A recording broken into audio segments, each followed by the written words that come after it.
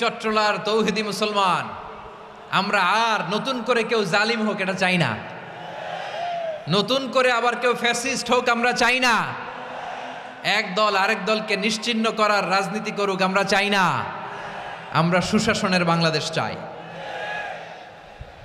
আমরা মানবিক বাংলাদেশ চাই, আমরা একটা সমৃদ্ধ বাংলাদেশ চাই, আমরা বিশ্বের বুকে সম্মান নিয়ে মাথা উঁচু করে দাঁড়াতে চাই, ঠিক কিনা বলেন?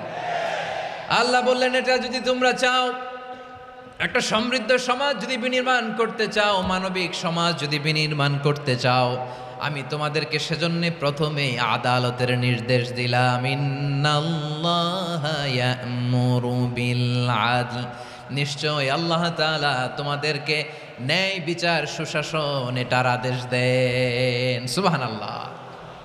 আদাল, ন্যায় বিচারের আদেশ আল্লাহ তাআলা কোরআনের বিভিন্ন আয়াতে দিয়েছেন। আল্লাহ তাআলা বলছেন, ইন্নাল্লাহা يأمركم أن تؤدوا الأمانات إلى أهلها وإذا حكمتم بين الناس أن تحكموا بالعدل إن الله نعم ما يعظكم به إن الله كان سميعا بصيرا। আল্লাহ তাআলা বললেন, আল্লাহ আদেশ দিচ্ছেন, যে ব্যক্তি আমানতের হকদার তার হাতে তোমরা আমানত পৌঁছে দাও, আর যখন তোমরা বিচার কার্য করবে, বিচার ফয়সালা করবে, আদালতের সাথে করো। সুবহানাল্লাহ বলেন। ওয়াইদা হাকামতুম বাইনান নাসি আন তাহকুমু বিল আদল, আদালতের সাথে করবা। আল্লাহ তাআলা বলেন, যারা জাজ হবে, বিচারক হবে, তাদের যদি বাদী বিবাদীর কারো সাথে শত্রুতা থাকে, কারো সাথে যদি কোনো ধরনের রেষারেষি থাকে, আল্লাহ বলেন বিচার কার্য করতে যে ওই শত্রুতা রেষারেষির কারণে আদালতের বাইরে যে অবিচার করে বিচার করো না। ওয়ালা ইয়াজরিমান্নাকুম শানাআনু কওমিন আলা আল্লা তা'দিলু ই'দিলু হুয়া আকরাবু লিত্তাকওয়া ওয়াত্তাকুল্লাহা ইন্নাল্লাহা খাবীরুম বিমা তা'মালুন। খবরদার কোনো জাতির প্রতি, কোনো গোষ্ঠীর প্রতি, কোনো গোত্রের প্রতি আক্রোশ যেন তোমাদেরকে ন্যায় বিচার থেকে দূরে সরিয়ে না দেয়, বরং আমি আল্লাহর আদেশ হলো ই'দিলু, তোমরা আদল করো, ন্যায় বিচার করো, সুবিচার করো, সুশাসন প্রতিষ্ঠা করো। হুয়া আকরাবু লিত্তাকওয়া, এটাই তাকওয়ার সবচেয়ে কাছাকাছি। সুবহানাল্লাহ বলেন। কোরআনের বিভিন্ন আয়াতে আল্লাহ তাআলা স্পেসিফিকলি ধরে ধরে বিচার করার সময় আমরা যেন আদল করি সেটা বলেছেন। কোরআনের কোন কোন জায়গায় আল্লাহ তাআলা এই আল আদ শব্দটা ব্যবহার করেছেন।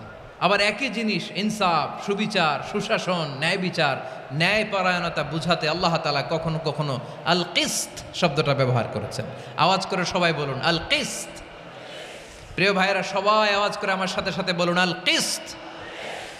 আল্লাহ তাআলা বলেন, ওয়া ইন হাকামতা ফাহকুম বাইনাহুম বিল কিসতি ইন্নাল্লাহা ইউহিব্বুল মুকসিতিন।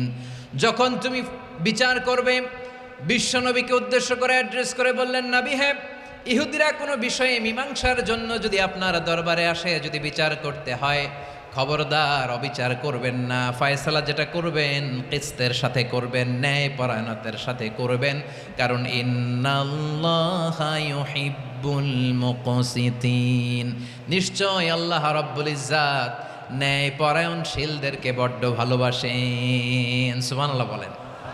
ন্যায় পরায়ণ লোকদেরকে আল্লাহ তাআলা বড্ড ভালোবাসেন। অন্য আয়াতে আল্লাহ তাআলা বলছেন, وَنَضَعُ الْمَوَازِينَ الْقِسْطَ لِيَوْمِ الْقِيَامَةِ فَلَا تُظْلَمُ نَفْسٌ شَيْئًا। আমি কিয়ামতের দিন ন্যায়পরায়ণতার মানদণ্ড স্থাপন করব, যেটাকে আমরা মিজানের পাল্লা বলি।